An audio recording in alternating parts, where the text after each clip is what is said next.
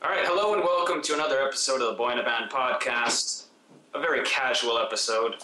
Today we got Ike as my co-host. Hello. And we got Jazz Howell, better known as Ecstatic, and whatever else. And we have Show Kid, who's also known as Velvet Tide. Or half of Velvet Tide. Anyone else we got? Am I missing someone? Yeah, you're missing me. Oh, hey Andrew. Andrew Hockey. Also known as Gen X, sometimes when I'm on the forum. Milan was here. He occasionally pops in. Yeah, just to say hi. So this is the Baremoose crew. Milan is not with us on a mic, however, he's with us in spirit and moral support. We're missing another member as well. Yeah, Chris. We're missing... Chris is not with us even in spirit. Well, that's unfortunate. He's not available, unfortunately. What do you guys think about where dubstep is heading right now? It's just plodding along, really. It's getting more and more like Future Garage. That's where it's going to end up in a couple of years. It's just all going to be Future Garage. See, I'm a big fan of kind of that bro-steppy thing. I mean, I don't like to call it bro-step because I feel that it just makes it... Yeah. Takes anything away from it. Like that, like, eptic-y, bouncy stuff. Ecstatic, you're actually pretty damn good at that.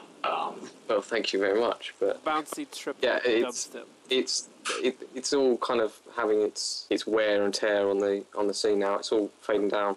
Yeah, but I feel like the days of just monster-based growls are kind of dying out. I'm kind of glad. The whole robo step, that was just... Yeah, I kind of missed the boat on that one because as soon as I figured out how to do it, it seemed to go away. Yeah, so I was kind of pissed off in that. And then you had to start learning how to make like growly basses after that because that's what everyone wanted to listen to. And now it's all respaces. What happened to the oi bass? It's all respaces, and we've had him on the podcast before. The only guy I really know that can really do the respace is like Cilantro. He does it, and he actually resamples, so when I work with him, it's kind of a piss-off because I can't steal his patch. He drops in waveforms because he knows I'll steal it. Or Proto-Cell he was on the forum. He almost won one of the competitions with his like crazy neuro hot basses. Really? Yeah. I'm trying to get how to do it. I hear a lot of it is into the resampling and bandpass filters and stuff. I mean, that's at least what Lincoln was saying. But when I stopped making dubstep, I started being able to make fairly reasonably good respaces. I mean, my stuff is all screeches. I mean, and that's really not that hard to do. You just get one oscillator that's low, one oscillator that's high, and you're pretty much done. I mean, you got to do some distortion, but that's really the easiest thing to do, I think. Well, Andrew's pretty good at respaces. Andrew's the respace guy here. Yeah, I just like record myself burping, then resample it. Do you actually? No. One thing I have done was I recorded myself tearing a bit of tissue paper, then laid that with a kind of classic detuned saw, and I just had this really nice texture to it. Yeah. So using found sounds can be pretty cool if you want to go for something a bit more unique. Does anyone else have any like weird techniques? I like to vocode. I only really bothered to learn about vocoding in Reason about a year ago, and it's fun just making noises into the mic and vocoding them up, kind of resampling them. But yeah. It works really well. Have you ever tried to resample a fart? Well, the thing is, farts are somewhat spontaneous.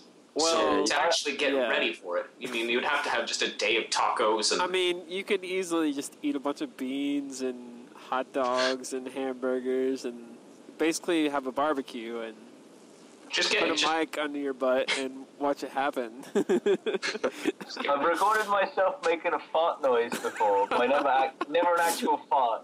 Just like, and then we come.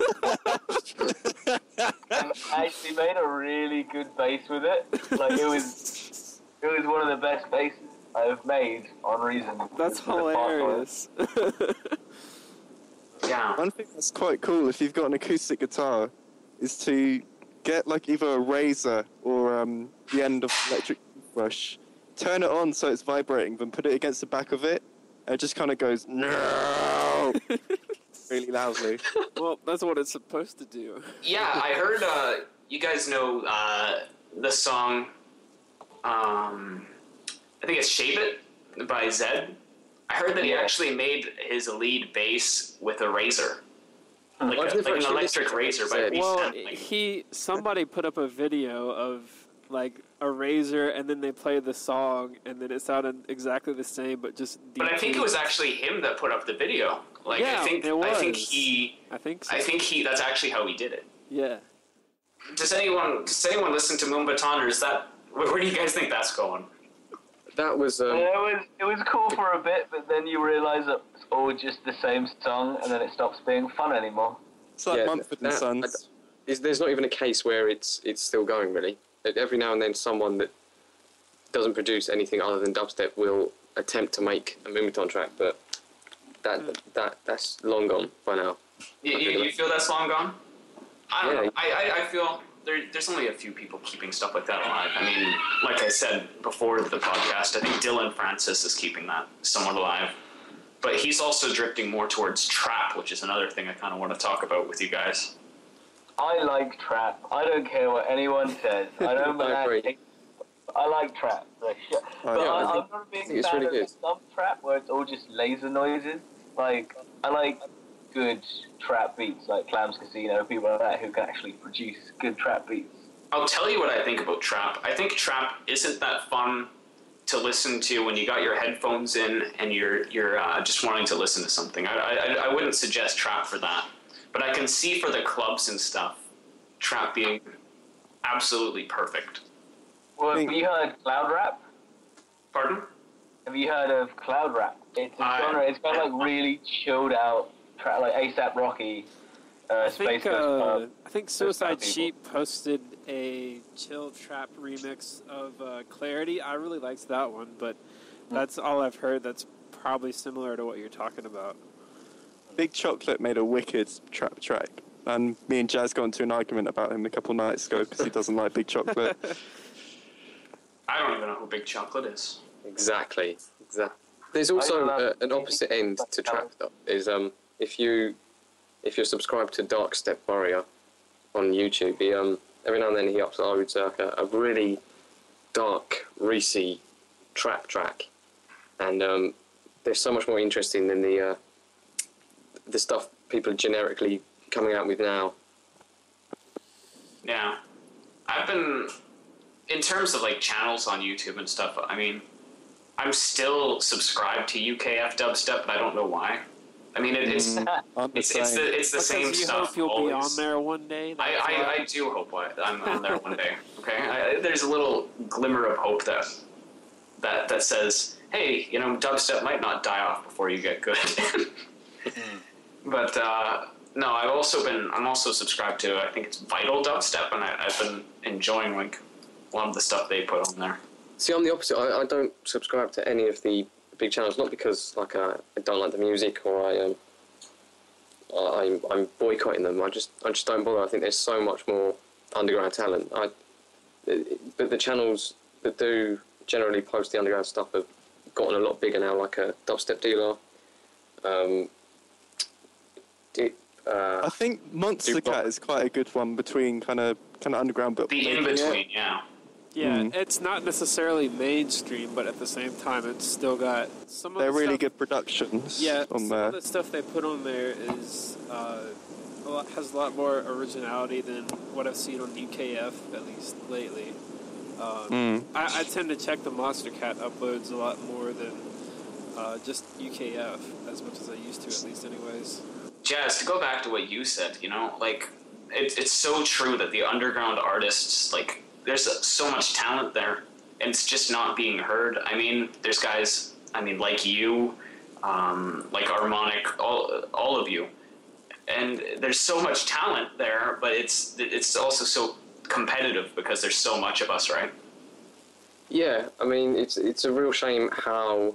I mean, there's two sides to the coin. There's the whole fact that there's too many producers to get anywhere. It's so oversaturated that it's ridiculously hard to get seen. But there's also the fact that you have so much choice as to what you listen to. Yeah. Technology can sort of be the part in this because it's so easy for somebody to just illegally download a copy of Reason and say they're a producer. It's like, oh, I'm a producer. Absolutely. But I've never gotten featured on any sort of channels or... Well, you know, the way I look at that is it's also so easy to grab a guitar and call yourself a rock star, but just because you're doing that doesn't mean you really are one. Mm-hmm. Yeah. You're not a producer if you have a cracked copy of Fruity Loops. I don't give a shit. I mean... Just because you're 12 doesn't mean you're up and coming. Age doesn't have anything to do with up and coming. So you see those like YouTube spam comments. I've been seeing less of them, I think, because I think people are starting to realize that like, hey, this doesn't really get me anywhere. Yeah. All this gets me is like a bunch of replies that are calling me an asshole. Mm-hmm. Or you get one if you got any jazz on YouTube. There's always someone who's commented saying, "I'm only 12 and I think this is better than what most people listen to these days." Yeah. And you're like, "Oh, good one." There's something about that age that's really cunty. I think it's the age where you realise you have a voice and you can have an opinion. It's the age where you're kind of getting close to being responsible, but it's not necessarily responsible enough. Yeah, I don't know. All right. What are you all on? I think most of us are on Reason, are we not? Reason 6. Semi. Reason with lights. Yeah. I'm on Ableton. You're on Ableton? Shogt and Milan are all Ableton, I think. Milan can't decide what he likes. Harmonic was still kind of on Reason, no? Milan's trying to choose a door. Milan still uses Reason just to... because he likes the automation in it. I don't think he really uses it for anything else, though. He wants... ideally, he wants to use FL Studio. But, he wants to use Cubase at art, but you just can't find it. Might want to try out Logic, too. I don't know. Oh, no, he doesn't like Logic. No. He doesn't like It's very hard to find him a door. I think Chris uses Logic, doesn't he? Yeah, he does. Yeah. I think I like the piano roll a lot in Reason. Mm-hmm. I've tried out FL Studio before I even tried out Reason. Didn't like it that much. Yeah. I'm always, I was up until about a month ago, always trying to move on from Reason. But He's alive! But yeah, there is nothing that compares to Reason, really. The whole, it's just the analog look to it. It's so inviting, whereas something like Ableton is so digital and dreary, really. It's not nice to look at for hours on end whilst producing. If you get a nice skin, it is. Mine's all like fancy. I didn't know you could get skins, actually. You can, yeah. Do any of the skins ever look as good as Reason does, truthfully? Nope. No. Yeah. Nah, I do miss it. I do miss Reason. But, sometimes you just gotta call it quits. I think the fact that in Reason you can just right-click and automate something is, oh my god. I think the problem, I could be mistaken here, but I think the problem is Reason 4 and 5 really were kind of not that great. So they kind of misrepresent what Reason 6 is, because Reason 6 actually has a lot of capabilities that other DAWs have, but people still feel like they need to move on. But if you have Reason 6 and if you're going to get Reason 7, you really don't need to be looking for something else, because it's all really right there. That's just my opinion. But it's got to that stage now where Reason 6, 6.5 and 7, they work for sure. properly as a DAW with the whole recording features. Reason 5, I could see the need to rewire. Yes, definitely, yeah. But Reason 6, I don't see it. You have your audio recording and everything in there. If you're looking... If you really want the VSTs, they have rack extensions. I know it's not the same thing, but they do have rack extensions, and you can probably rewire into something like... I wonder if Reaper allows rewire. You could probably rewire into something like Reaper. You could rewire to anything as long as it supports it. I used to rewire to Pro Tools a lot to do audio recording, but since 6 and 6.5, I don't really ever use Pro Tools anymore unless it's just recording acoustic guitar or just merely to record something, just because I like the workflow in Pro Tools a little better. But I usually only use Reason for just EDM production and mixing, and I can get good enough mixes in just Reason now instead of having to use Pro Tools on top of that. Well, Ableton's got some good unique features, like the way they launch MIDI clips and you can arrange things via that is quite unique to Ableton. And it makes it really good for live performance as well. But that's what everyone says, Ableton is good for live performance. Well, if I was to choose, if Reason wasn't a thing and I was to choose something, I think I would choose Ableton because I've tried it out before as well. And I liked the workflow of it. I also was using Reason, so I just thought, just stick to Reason. But yeah, I'd go back to FL Studio because I think in terms of like a solid DAW, that has got it all, and it looks good. Like the UI isn't something that's gonna put you to sleep. Yeah, Ableton does kind of have that. I mean, not a great look, but it's very plain. But I still like it. And it's got some good built-in devices. Like they've got one synth called Operator, and with Operator you can pretty much make any sound you want. Like for most of my respaces, I don't really use Massive or FM8 or Albino or any of those. I just use Operator, like standard synth Ableton. Does anyone have any upcoming releases that they feel like sharing? I mean, anyone have any upcoming things that they feel like, what do you call them? I think firstly we need to mention Harmonic, Milan's, just had his first release. He released... round of applause, yeah. Yeah. I think it's worth going and buying at least his track, Abstraction. For sure. Does anyone have any links or something to it so we can kind of, it's on the Subground. Subground, is it? Yeah. Subground is the label. Yeah. I imagine you can just Google Harmonic Subground. For those of you that, for some reason, don't know, Harmonic, really, really talented producer, and should definitely check his stuff out. All around great guy. So, for those of you that are kind of new to the forum, new to the podcast or whatever, check him out, definitely.